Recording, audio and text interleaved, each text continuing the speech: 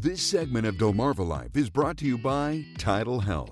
If you're over the age of 20, chances are you've been vaccinated against polio.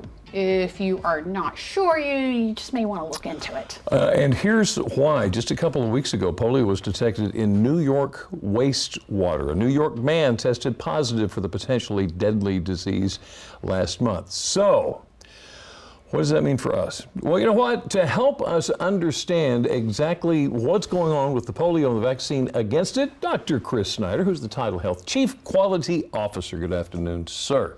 Good to see you. It's good to have you this afternoon. Can you explain to us what polio is?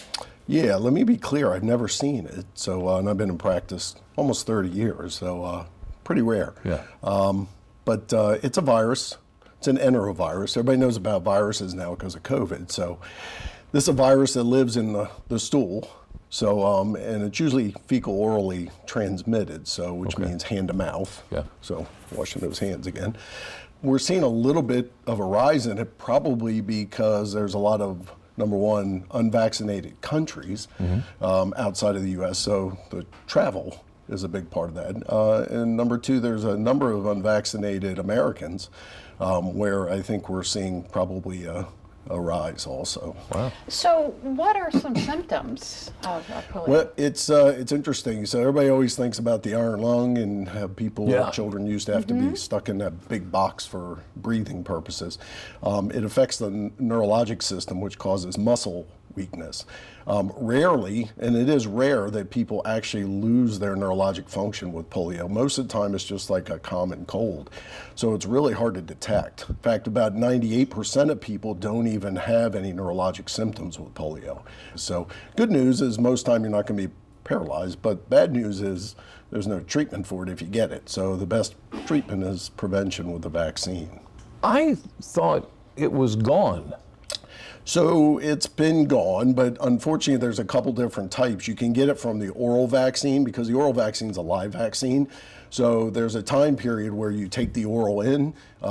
For example, if you give it to a baby and you clean their diapers and you don't wash your hands, you can actually contract the virus from the vaccine. Okay. So, and the oral vaccine is not used in the U.S. anymore. In 2000, they eliminated using the oral vaccine. Overseas, though, they're still using the oral vaccine. So there is potential that folks who are unvaccinated or immunocompromised or both could get it from changing a baby diaper, for example, or from contaminated water, which is what they have found in New York, is that there is a fair amount of contamination in the water, likely brought in from other countries who were unvaccinated, and then an unvaccinated person or an immunocompromised person, somebody with HIV or cancer, could actually contract it from them. How about that? So the bottom line is, like many other viruses, just wash your hands?